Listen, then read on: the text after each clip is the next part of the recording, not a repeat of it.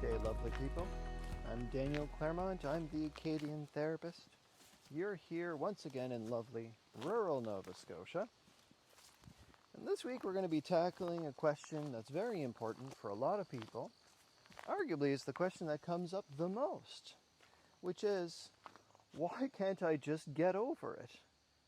Well, first off, the it that we're talking about can range from a wide variety of issues, from major trauma to just some minor inconveniences and stresses in our everyday life. And sometimes it's just a very old memory or a way of thinking that we just can't shake for some reason. It's been with us for a very long time. So this week I'm going to be sharing some of my thoughts about some common barriers that get in the way of people moving on. So, hope you'll stick with me. If you see value in this content, feel free to like, subscribe, share, comment. You know how that works. Let's get right to it. So, when you think back, there's probably some memories, some things that you have that are sticky. They've stayed with you no matter what you try, no matter how you try to distract yourself, no matter how many times you think about it. You might try journaling, you might try meditating, you might try talking with friends, maybe you're even talking to a therapist, and maybe you've done it for a really long time, and you just can't seem to shake it. What is going on in these cases? Are you doing something wrong? Well, I'm going to tell you probably not. These experiences help shape us. They help form our history. They help shape our identity, who we see ourselves as. And so sometimes this is a matter of the mind not wanting to let go of the lesson. The problem is, usually it's got these horrible memories and these horrible experiences and these betrayals and losses that are connected to the memory. So we can't move it to just a nice factual statement without that intensity that's coming back. It's like you're going time traveling. It's pulling you back to the moment in all its horrifying detail. So in these kinds of situations, this really is where I would recommend grounding. I've covered this in a number of videos already.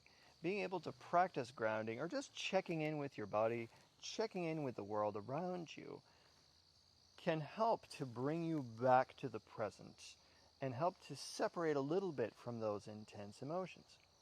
Essentially, it gets your mind to notice the environment around you, and it gets your mind to notice that whatever threat it's trying to respond to isn't here anymore.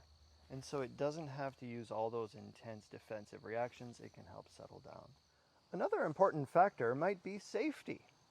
So if you're not in a safe situation, if you're still in an abusive situation, if you're in a dangerous situation, and you try to get your mind to just get over it, it won't work.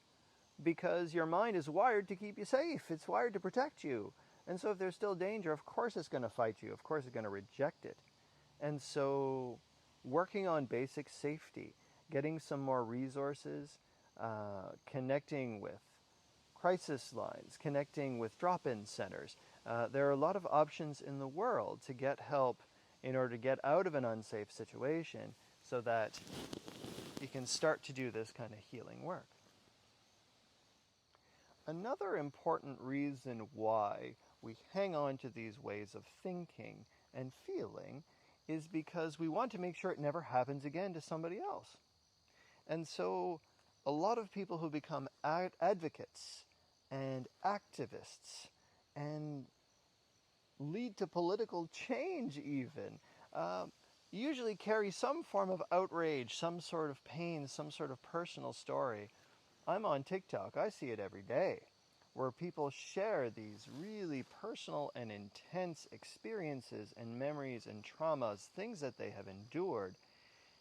And this becomes part of their mission in life and purpose, is to make sure that this never happens to somebody else, or that if somebody else is going through it and they know that other people are going through it, they want to make sure that those people are not alone.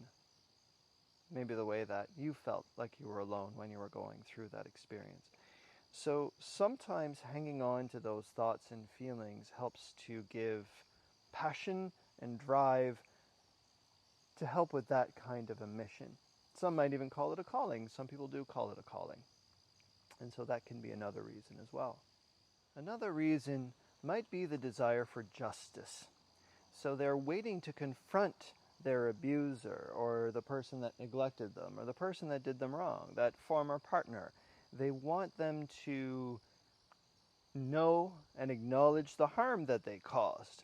I think that I once heard this described. I don't remember who this quote is attributed to. It's probably misattributed, but it talks about resentment and bitterness being like a coal that you hold in your hand with the intention of throwing it at someone else.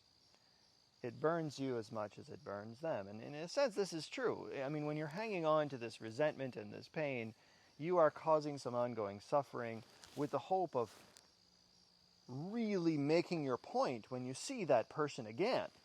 They're going to know exactly how they screwed you over. So that desire for revenge, that desire to make that person get it. Now, that is an understandable instinct, an understandable reflex. There are some times that people have described to me that they had that experience, and they do feel a sense of victory and a sense of justice, a sense of validation. So I think it can happen. In my experience, it doesn't happen as often as we might think, and certainly not as often as we would like.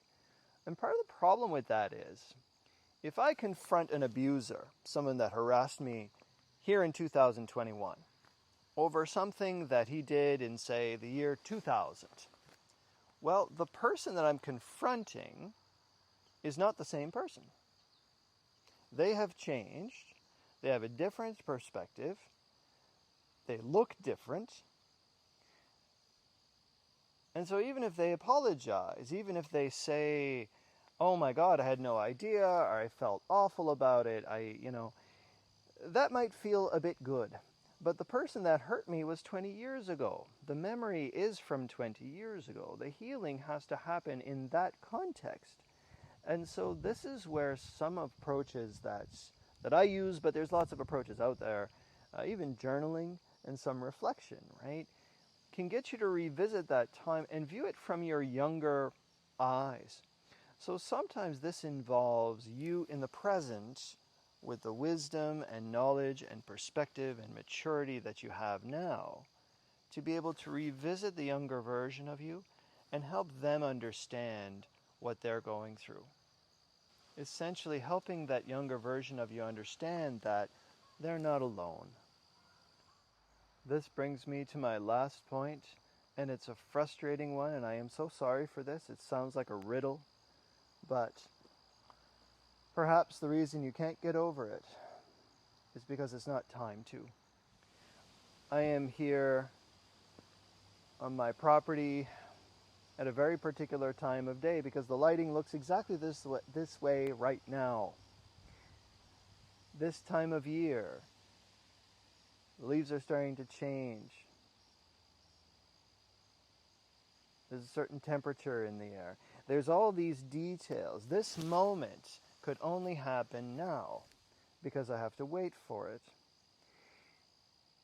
In order to develop the perspective and the way of thinking, in order to develop the grounding strategies, in order to develop healthier relationships, in order to get to a position of safety, it took you time to get to this point where you could think differently about your situation. And so possibly it's just going to take some more time in order to develop the perspective, to look back on whatever it is with new eyes and in a way that can be healing instead of pain. And sometimes that can be a very long and slow process.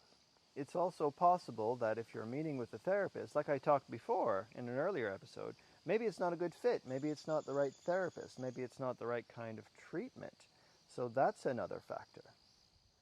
And so in those occasions, the process becomes about taking small steps, working gradually towards change, working on self-care, working on kindness, working with maybe a variety of people over time, as you slowly, bit by bit, build more grounding, more safety, more security, more perspective, more skills to be able to handle those emotions differently in order to be able to look at things from a different perspective. And so this can be a real test of faith, I guess.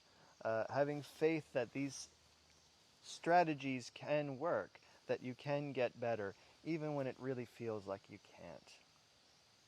And so I hope that you're able to find some community, you're able to find some people that can walk with you when you're in those dark places, until you can finally learn to let go of some of that pain.